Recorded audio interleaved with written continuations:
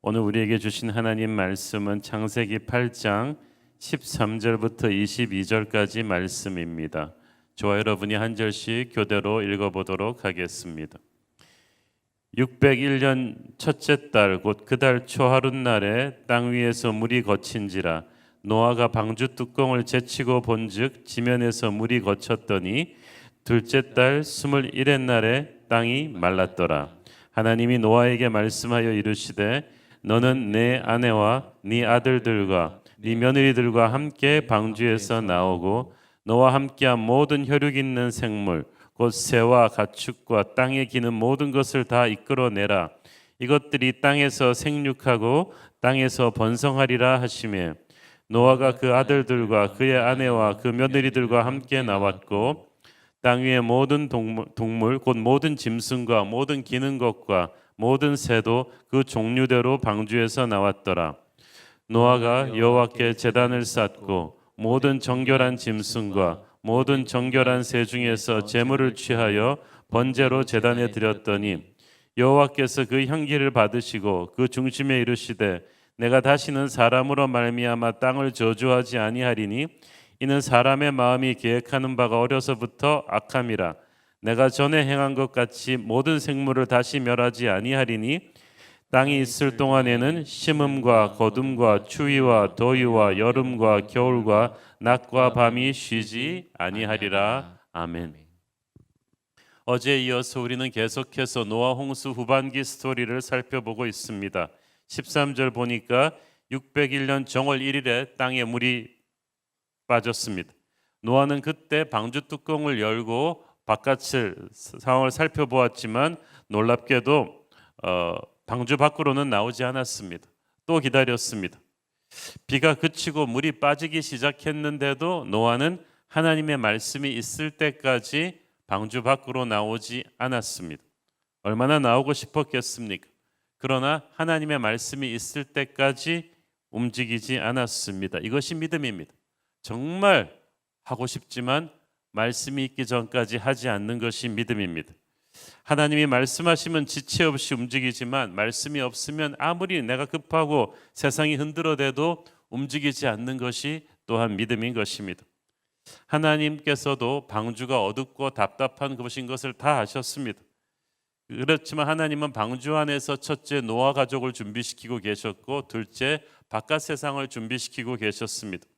하나님이 기다리시게 하는 시간은 쓸데없는 시간이 아닙니다.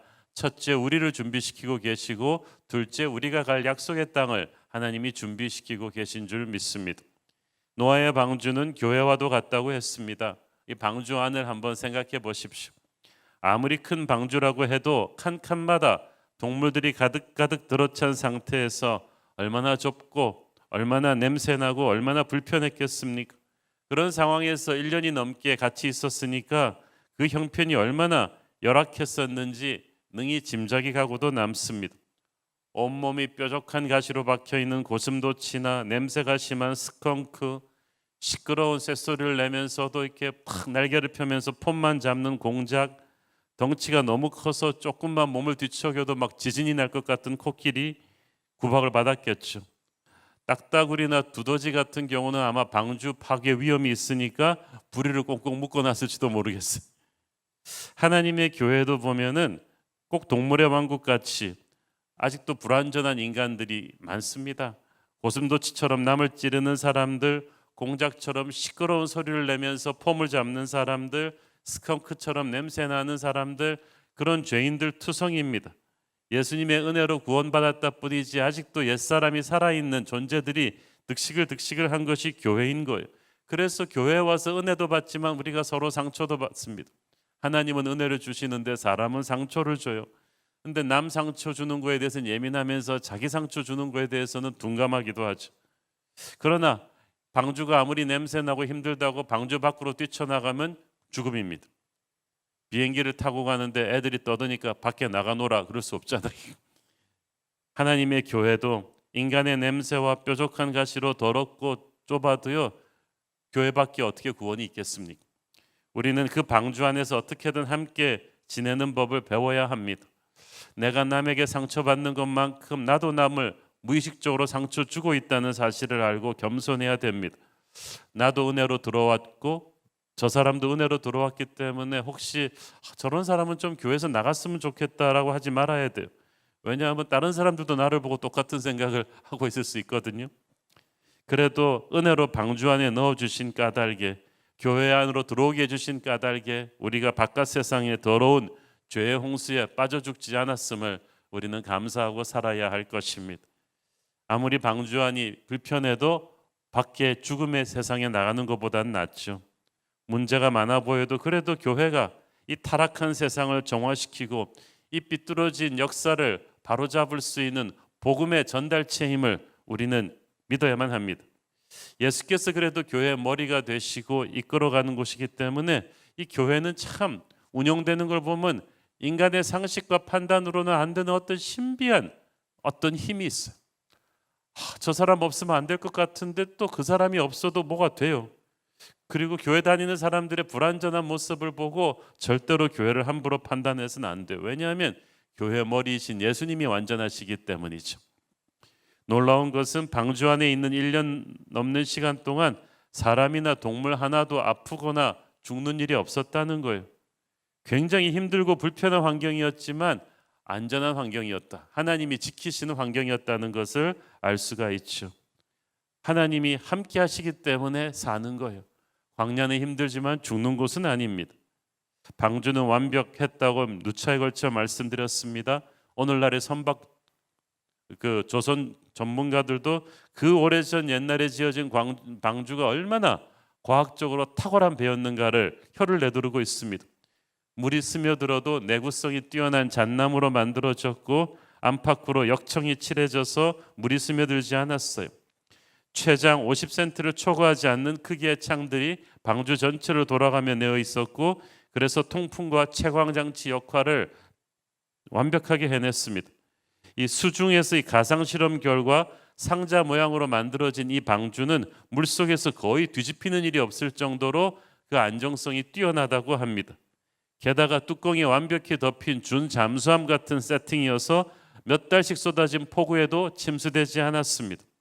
특히 방주 전체를 역청으로 칠해서 물이 스며드는 것을 막았다는 사실이 중요합니다. 역청을 의미하는 히브리어 단어는 속죄, 곧 덮어준다는 의미를 갖고 있어요. 하나님은 우리의 죄를 덮어주시고 허물을 덮어주시는 분이십니다. 이 세상은 그렇지 않아요. 사람의 허물을 사정없이 드러내고 조롱하고 뉴스거리로 만들고 그 사람이 그것 때문에 충격받고 잠 못 이루고 괴로워하는 것 전혀 상관하지 않아요. 그러나 하나님은 덮어주시는 분이십니다. 용서해 주는 분이세요. 흰눈이 내리면 추악한 쓰레기들도 하얗게 덮어지듯이 인간의 추악한 죄를 덮어주는 흰눈 같은 보혈이 예수님의 십자가의 은혜죠. 역청이 방주 전체로 물이 스며드는 것을 막아주듯이 예수님의 보혈이 세상의 모든 추악한 피와 독선이, 죄와 독선이, 악이 교회 안에 들어오는 것을 막아주면서 우리 자녀들, 하나님의 자녀들을 지켜주고 있는 것입니다. 그래서 교회는 하나님의 예수님의 보혈이 지키시는 신비한 힘이 있어. 14절에 보니까 601년 2월 27일 홍수가 난 지 1년 10일째 되는 날이죠. 이때 땅이 다 말랐고 이때 노아가 하나님의 음성을 듣습니다. 이게 15절이 하나님이 노아에게 말씀하여 이르시되 너는 네 아내와 네 아들들과 네 며느리들과 함께 방주에서 나오고. 와, 마침내 방주 밖으로 나가도 좋다는 하나님의 말씀이 떨어졌어요. 하나님께서는 노아와 가족들을 일일이 호명하셨어요. 네 아들들과 며느리들과 아내와 함께 다 하나님 보시기에 너무나 중요한 구성원들인 거예요. 너희들이 이제 새로운 인류의 시작이 될 것이다. 노아의 가족들은 기뻤지만 또 새로운 세상에 어떻게 적응해야 되는 두려움도 있었겠죠. 어쨌든 그들은 하나님의 새로운 명령을 받고 밖으로 나왔습니다. 자, 17절 보세요. 너와 함께한 모든 혈육 있는 생물 곧 새와 가축과 땅에 기는 모든 것을 다 이끌어내라. 이것들이 땅에서 생육하고 땅에서 번성하리라 하시매. 생육하고 번성하라, 어디서 많이 들어본 말 같지 않습니까? 하나님께서 에덴 동산에서 인간을 창조하시고 주신 명령이었어요. 하나님께서는 에덴 동산에 주신 그 축복의 사명을 노아 홍수 끝난 뒤에 다시 주셨습니다. 사실 이 명령이 방주 밖에서 주어졌다는 게 중요해요. 왜냐하면 방주 안에서 출산을 했더라면 굉장히 복잡했을 거예요. 그런데 방주 안에서는 그 어떤 인간도 동물도 출산하지 않았습니다. 밖으로 나와서 비로소 해산하고 생육하고 번성하는 일이 일어났을 거예요. 자, 그 다음이 중요합니다. 노아가 방주 밖으로 나와서 가장 먼저 한 일이 무엇이었겠습니까? 야, 그간 못했던 락클라이밍이나 좀 해볼까? 막 산으로 막 뛰어가고 물 좀 시커시커 마셔보고 그 땅에서 좀 일광욕도 하고 그렇게 했겠습니까? 노아가 가장 먼저 한 것은 20절 노아가 여호와께 제단을 쌓고 모든 정결한 짐승과 모든 정결한 새 중에서 제물을 취하려고 번제로 제단에 드렸더라. 노아가 제일 먼저 한 것은 예배드리는 일이었습니다. 방주 밖으로 나왔을 때 천지 사방이 다 지형이 변해 있었다고 했죠. 기가 막혔을 것입니다. 없던 산들과 골짜기들이 생겨 있고 물이 많이 빠지고 마르긴 했지만은 사방이 황량했을 거예요. 당장 먹고 살 길이 막막했을 것입니다. 그런데 노아가 생존을 위해서 걱정을 하거나 먹을 것을 찾거나 집을 만들거나 하지 않고 먼저 예배를 드렸습니다. 정결한 짐승 중에 그 제물을 취해서 드리는 제사, 즉 피 흘림이 있는 제사를 드렸던 거예요. 가인의 제사가 아닌 아벨의 제사를 드렸습니다. 혹자는 말합니다. 지금 당장 먹고 살 일이 급한데 예배는 무슨 예배냐고 말할지 모릅니다. 그러나 그것은 하나만 알고 둘은 모르는 소리죠. 당장 뭘 먹고 살 것인지 어디서부터 다시 시작해야 할지 모르기 때문에 예배를 드리는 거예요. 그 모든 것을 하나님이 주실 것이기 때문입니다. 그래서 예배는 정말 절망 같은 상황 속에서도 드리는 거예요. 어떤 장로님 간증을 들었는데 한국 전쟁 때 서울에서 피난 갈 때 기차를 타고 또는 또 대전역에서 쪽잠을 자면서 갈 때도요. 그 길에서 덜덜 떨면서 내 가족이 또 예배를 드리고 또 열차 위에서 덜컹덜컹 가면서 갈 때도 거기서 또 예배를 드리고 그 남들이 주는 그 돼지죽 같은 것을 구걸해서 먹으면서도 또 예배를 드리며 그러면서 부산까지 하루에 2번씩 예배를 드리면서 왔다는 거예요.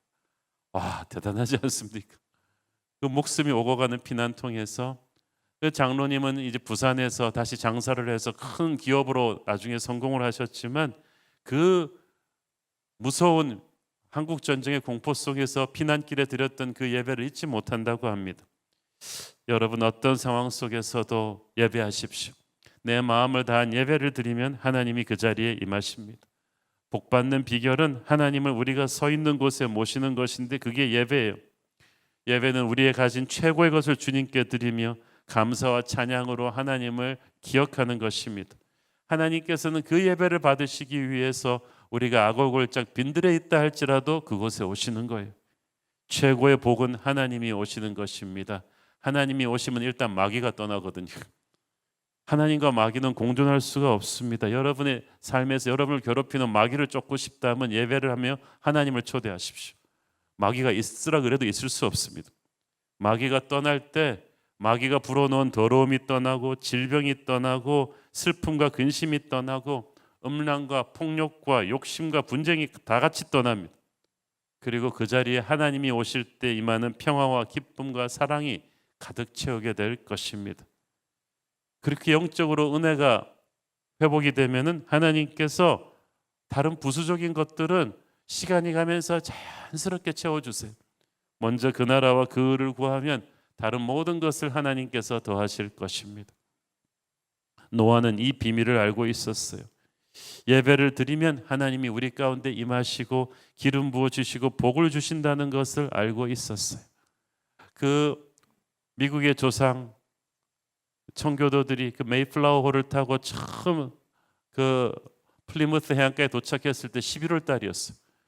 그 미국 북동부의 11월 달은 엄청 춥습니다. 한국의 추위는 될 수도 없이 춥습니다. 그해 겨울에 반이 얼어 죽었어요. 100명이 도착했는데 50명도 안 남았어요. 그런데도 도착하자마자 예배를 드렸어요. 그 얼어붙은 손으로 인디안들한테 구걸해서 옥수수 씨앗을 빌려서 농사를 지었어요. 그 다음에 조그맣게 추수를 했는데 그게 추수감사절이에요. 그리고 그때부터 하나님이 그래도 그들은 계속 예배를 드리면서 그 타운을 만들었죠. 오늘날 부강한 나라 미국을 미국되게 한 힘은 그 가난하고 절박한 상황 속에서도 그들의 조상들이 드린 예배였습니다. 그 예배가 있었기 때문에 미국은 아무것도 아닌 나라에서 세계 강대국이 되었고, 오늘날 그 예배가 쇠락해가는 미국은 다시 모든 것을 잃어가고 있지 않아요? 어떤 상황 속에서도 예배하는 게 중요해요. 노아는 예배로 하나님을 기쁘시게 해드렸습니다. 노아의 예배를 하나님은 기쁘게 받으셨어요. 21절 읽습니다. 여호와께서 그 향기를 받으시고 그 중심에 이르시되 내가 다시는 사람으로 말미암아 땅을 저주하지 아니하리니 이는 사람의 마음이 계획하는 바가 어려서부터 악함이라. 내가 전에 행한 것 같이 모든 생물을 다시 멸하지 아니하리니.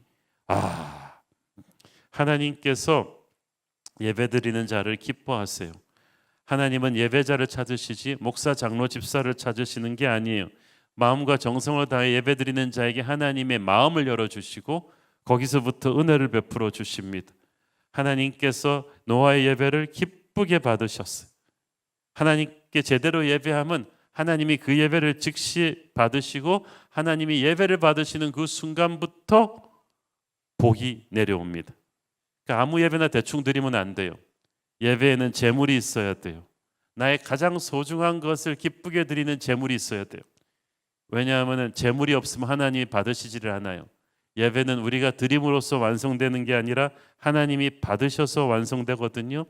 나의 가장 귀한 것을, 가장 귀한 시간을, 마음을, 정성을 다해 기쁘게 드릴 때 그것이 하나님의 마음에 깊이 들어갑니다.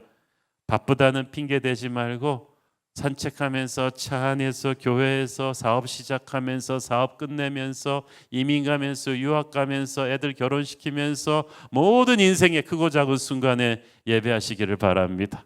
하나님께서 오실 거예요.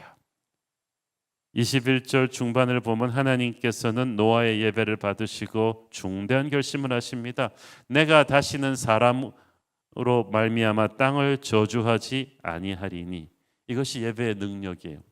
예배는 하나님의 마음을 저주에서 축복으로 바꾸어 놓습니다.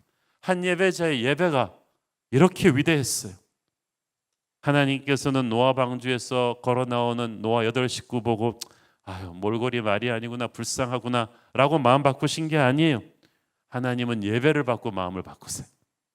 이 결심은 엄청난 결심입니다. 왜냐하면 사람으로 말미암아 땅을 저주하지 아니하리니, 사람은 앞으로도 죄를 또 지을 것을 하나님은 알고 계셨어요.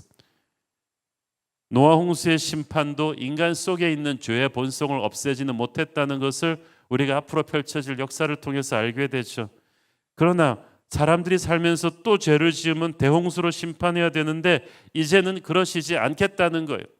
심판의 조건을 사람의 죄로 판가름하지 않고 이 사람들의 죄를 덮는 누군가의 은혜로 갚아주겠다는 거예요.